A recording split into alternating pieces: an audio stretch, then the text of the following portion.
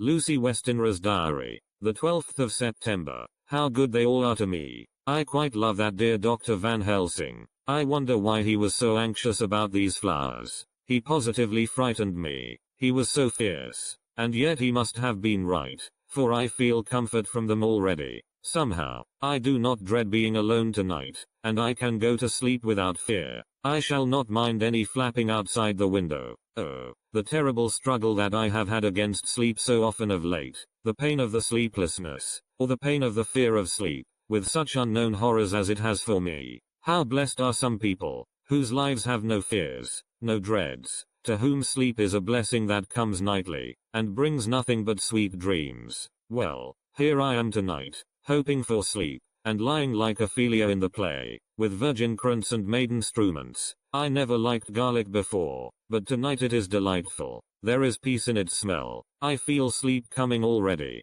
Good night, everybody. Dr. Seward's diary. The 13th of September. Called at the Berkeley and found Van Helsing, as usual, up to time. The carriage ordered from the hotel was waiting. The professor took his bag, which he always brings with him now. Let all be put down exactly. Van Helsing and I arrived at Hillingham at 8 o'clock. It was a lovely morning. The bright sunshine and all the fresh feeling of early autumn seemed like the completion of nature's annual work.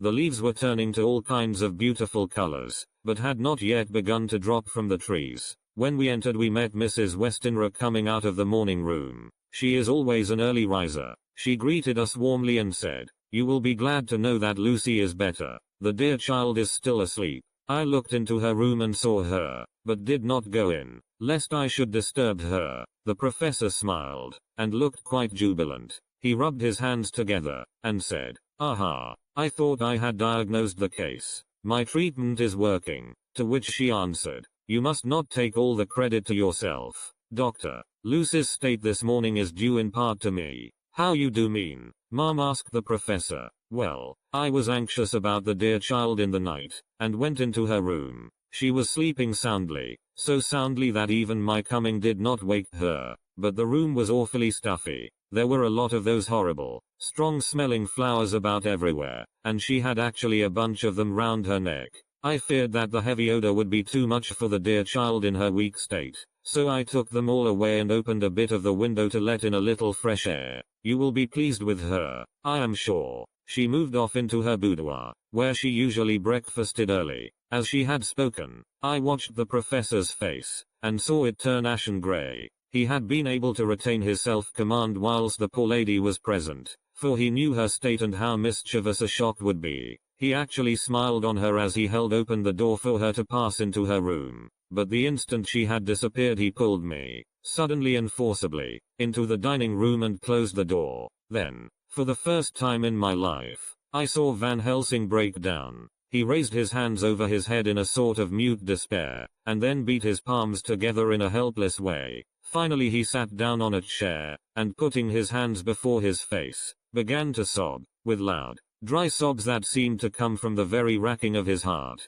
Then he raised his arms again, as though appealing to the whole universe. "God, God, God," he said, "what have we done? What has this poor thing done, that we are so sore beset? Is there fate amongst us still, sent down from the pagan world of old, that such things must be, and in such way? This poor mother, all unknowing, and all for the best as she think, does such thing as lose her daughter body and soul, and we must not tell her, we must not even warn her, or she die, and then both die. Oh, how we are beset. How are all the powers of the devils against us?" Suddenly he jumped to his feet. "Come," he said, "come, we must see and act. Devils or no devils, or all the devils at once, it matters not, we fight him all the same." He went to the hall door for his bag, and together we went up to Lucy's room. Once again I drew up the blind, whilst Van Helsing went towards the bed. This time he did not start as he looked on the poor face with the same awful, waxen pallor as before.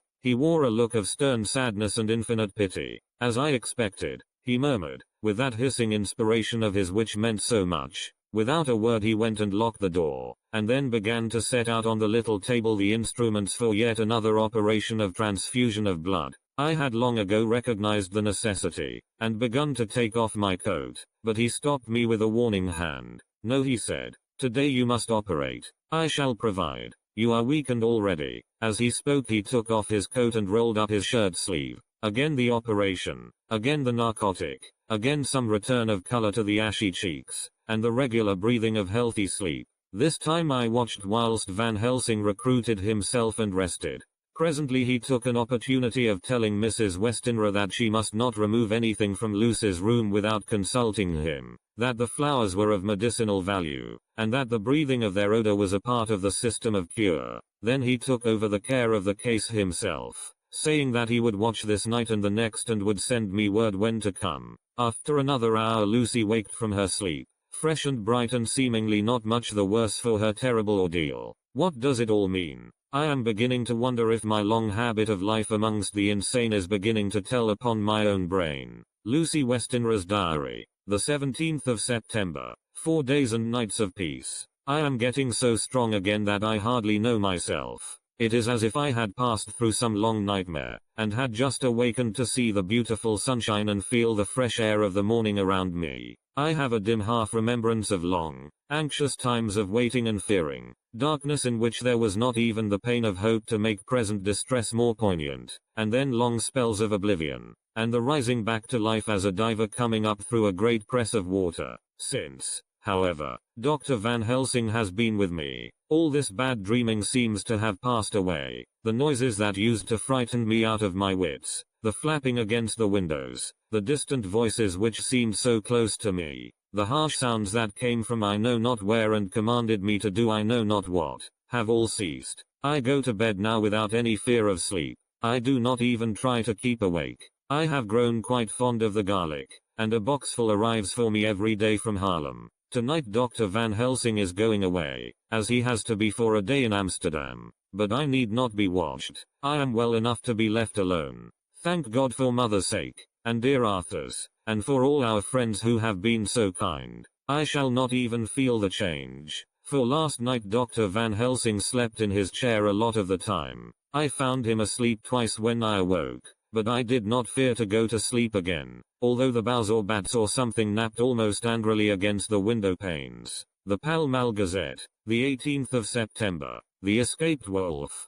Perilous adventure of our interviewer. Interview with the keeper in the zoological gardens. After many inquiries and almost as many refusals, and perpetually using the words Pall Mall Gazette as a sort of talisman, I managed to find the keeper of the section of the zoological gardens in which the wolf department is included. Thomas Bilder lives in one of the cottages in the enclosure behind the elephant house, and was just sitting down to his tea when I found him. Thomas and his wife are hospitable folk, elderly, and without children, and if the specimen I enjoyed of their hospitality be of the average kind, their lives must be pretty comfortable. The keeper would not enter on what he called business until the supper was over, and we were all satisfied. Then when the table was cleared, and he had lit his pipe, he said, "Now, sir, you can go on and ask me what you want. You'll excuse me refers in to talk of professional subjects afore meals. I gives the wolves and the jackals and the hyenas in all our section their tea afore I begins to ask them questions."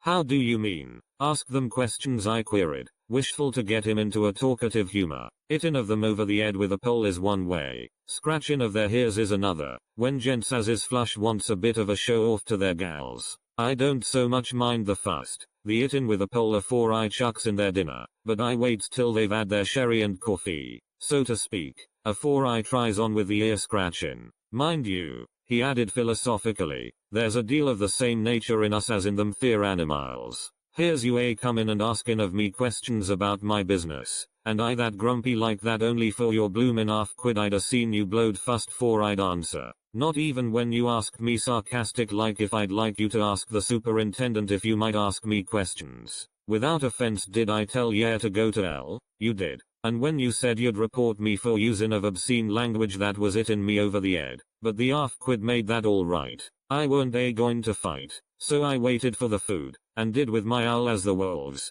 and lions, and tigers does. But, law love yer art, now that the old ooman has stuck a chunk of her tea cake in me, and rinsed me out with her bloomin' old teapot, and I've lit hup, you may scratch my ears for all you're worth, and won't get even a growl out of me. Drive along with your questions. I know what yer a comin' at, that 'ere escaped wolf. Exactly. I want you to give me your view of it. Just tell me how it happened, and when I know the facts I'll get you to say what you consider was the cause of it, and how you think the whole affair will end. Alright, governor. This here is about the old story. That wolf what we called Berserker was one of 3 grey ones that came from Norway to Jamratches, which we bought off him 4 years ago. He was a nice well-behaved wolf, that never gave no trouble to talk of. I'm more surprised at him for wanting to get out nor any other animal in the place. But, there, you can't trust wolves no more nor women. Don't you mind him, so broke in Mrs. Tom, with a cheery laugh. He's got mindin' the animals so long that blessed if he ain't like a old wolf myself. But there ain't no harm in him. Well, sir, it was about 2 hours after feedin' yesterday when I first hear my disturbance. I was making up a litter in the monkey house for a young puma which is ill, but when I heard the yelpin' and howlin' I came away straight. There was Berserker a tearin' like a mad thing at the bars as if he wanted to get out. There wasn't much people about that day, and close at hand was only one man, a tall, thin chap, with a hook nose and a pointed beard, with a few white hairs running through it. He had a hard, cold look and red eyes, and I took a sort of mislike to him, for it seemed as if it was him as they was irritated at. He had white kid gloves on his hands, and he pointed out the animals to me and says, "Keeper, these wolves seem upset at something. Maybe it's you," says I, for I did not like the airs as he give myself. He didn't get angry, as I hoped he would, but he smiled a kind of insolent smile, with a mouth full of white, sharp teeth. "Oh no, they wouldn't like me," he says. "Oh yes, they would," says I, imitating of him. "They always likes a bone or two to clean their teeth on about tea time, which you has a bag full." Well, it was a odd thing, but when the animals see us talking they lay down, and when I went over to Berserker he let me stroke his ear same as ever. That there man came over, and blessed but if he didn't put in his hand and stroke the old wolf's ears too. "Take care," says I. "Berserker is quick." "Never mind," he says. "I'm used to 'em. Are you in the business yourself?" I says, taking off my hat, for a man what trades in wolves, etc., is a good friend to keepers. "No," says he, "not exactly in the business, but I have made pets of several," and with that he lifts his hat as polite as a lord, and walks away. Old Berserker kept looking after him till he was out of sight, and then went and lay down in a corner and wouldn't come out the ole heavening. Well, last night, so soon as the moon was up,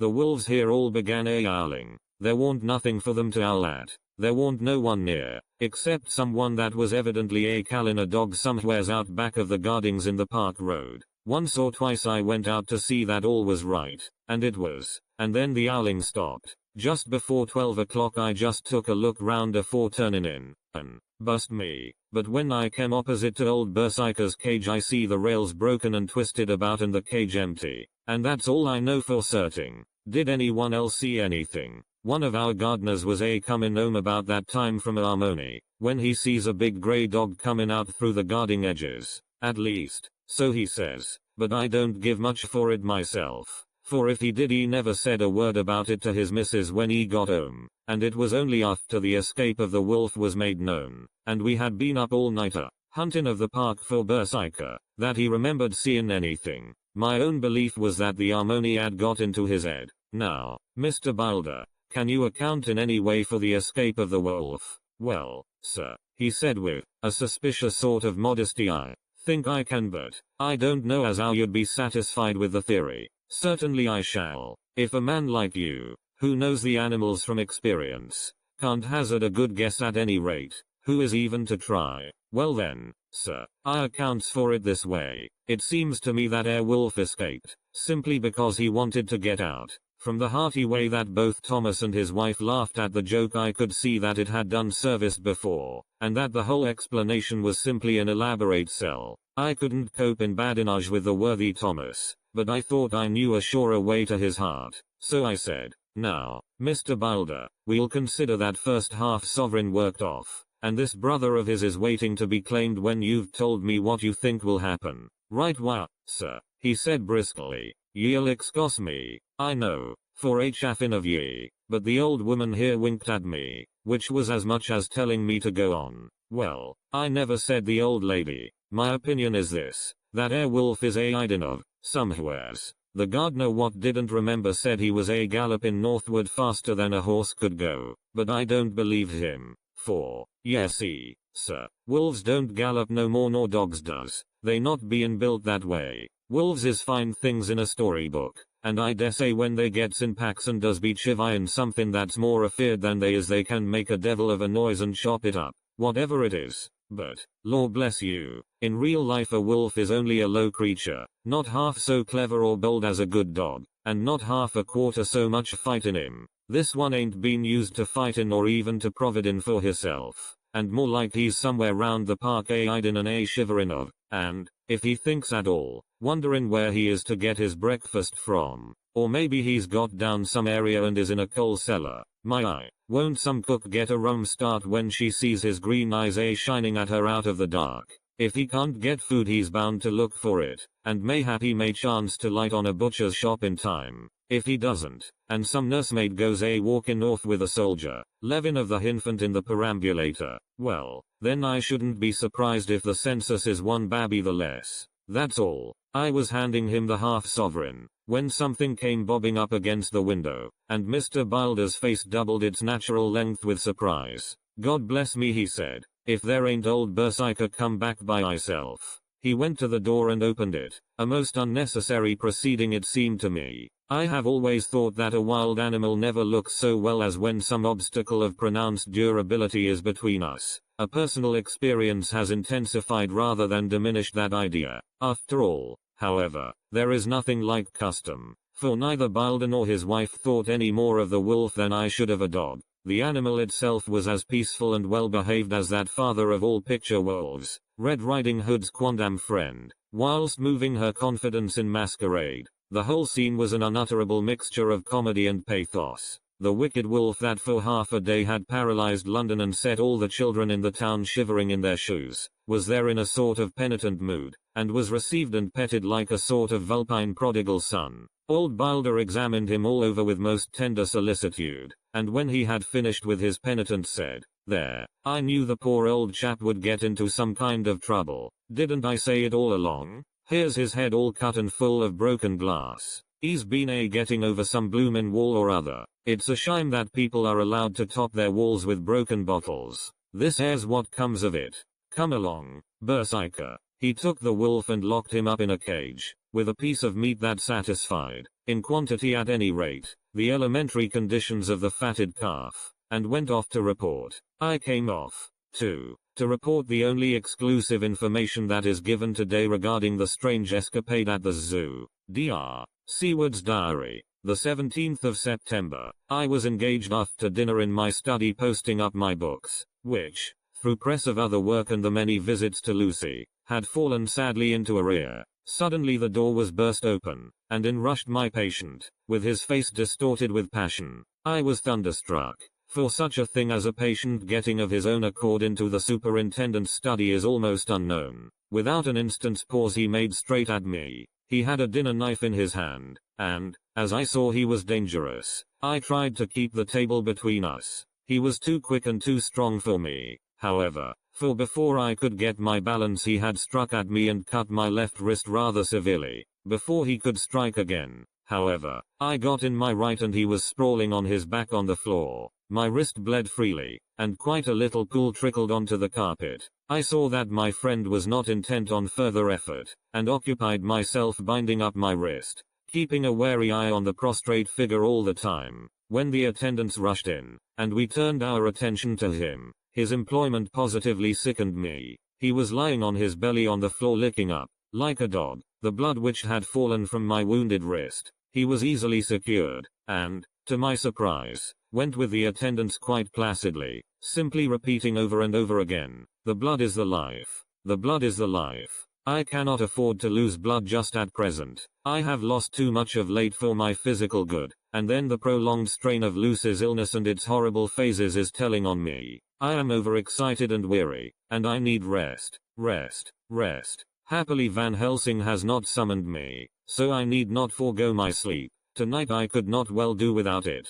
Telegram. Van Helsing, Antwerp, to Seward, Carfax. Sent to Carfax, Sussex, as no county given. Delivered late by 22 hours. the 17th of September. Do not fail to be at Hillingham tonight. If not watching all the time frequently, visit and see that flowers are as placed. Very important. Do not fail. Shall be with you as soon as possible after arrival. Dr. Seward's diary. The 18th of September. Just off for train to London. The arrival of Van Helsing's telegram filled me with dismay. A whole night lost, and I know by bitter experience what may happen in a night. Of course it is possible that all may be well, but what may have happened? Surely there is some horrible doom hanging over us that every possible accident should thwart us in all we try to do. I shall take this cylinder with me, and then I can complete my entry on Lucy's phonograph.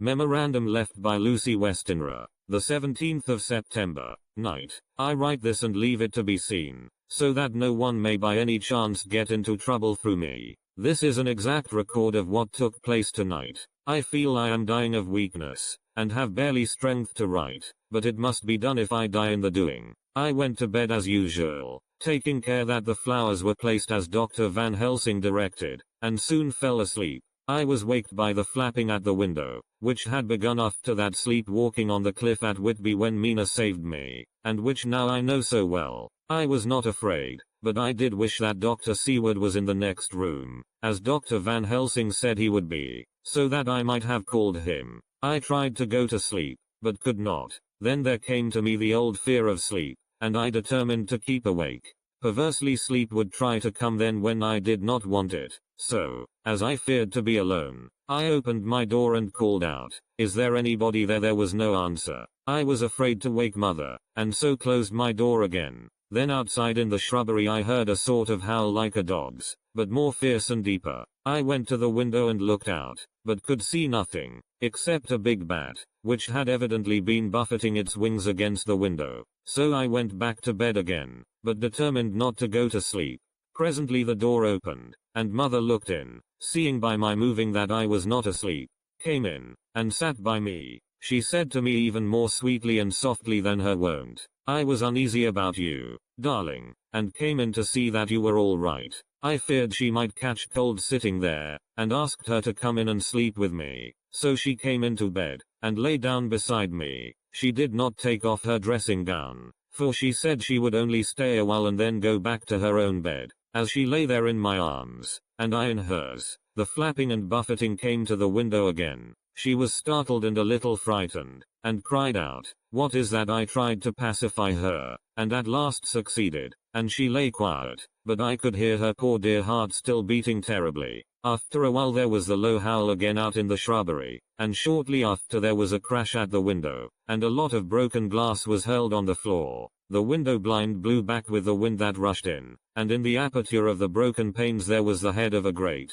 gaunt grey wolf. Mother cried out in a fright, and struggled up into a sitting posture, and clutched wildly at anything that would help her. Amongst other things, she clutched the wreath of flowers that Dr. Van Helsing insisted on my wearing round my neck, and tore it away from me. For a second or two she sat up, pointing at the wolf, and there was a strange and horrible gurgling in her throat. Then she fell over, as if struck with lightning, and her head hit my forehead and made me dizzy for a moment or two. The room and all round seemed to spin round. I kept my eyes fixed on the window, but the wolf drew his head back, and a whole myriad of little specks seemed to come blowing in through the broken window, and wheeling and circling round like the pillar of dust that travelers describe when there is a simoon in the desert. I tried to stir, but there was some spell upon me, and dear mother's poor body, which seemed to grow cold already, for her dear heart had ceased to beat, weighed me down, and I remembered no more for a while. The time did not seem long,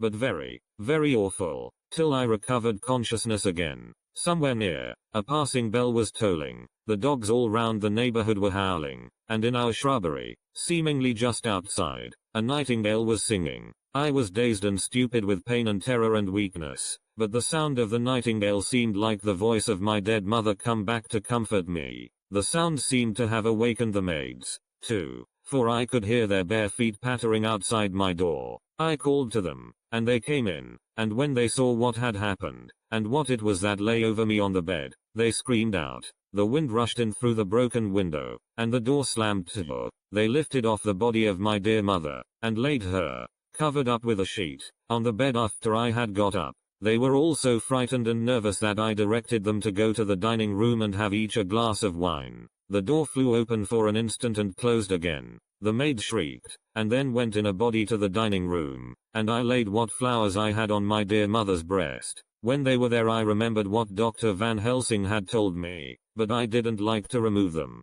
and, besides, I would have some of the servants to sit up with me now. I was surprised that the maids did not come back.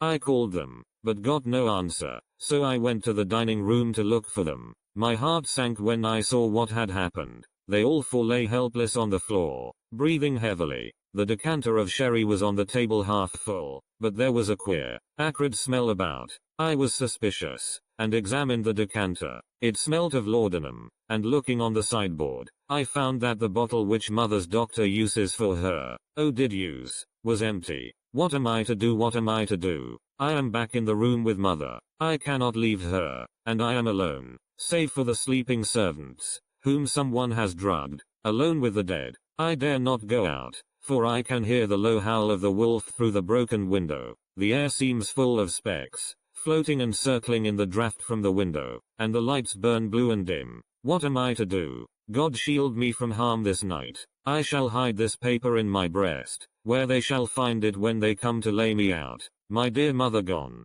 It is time that I go too. Goodbye, dear Arthur. If I should not survive this night, God keep you, dear, and God help me.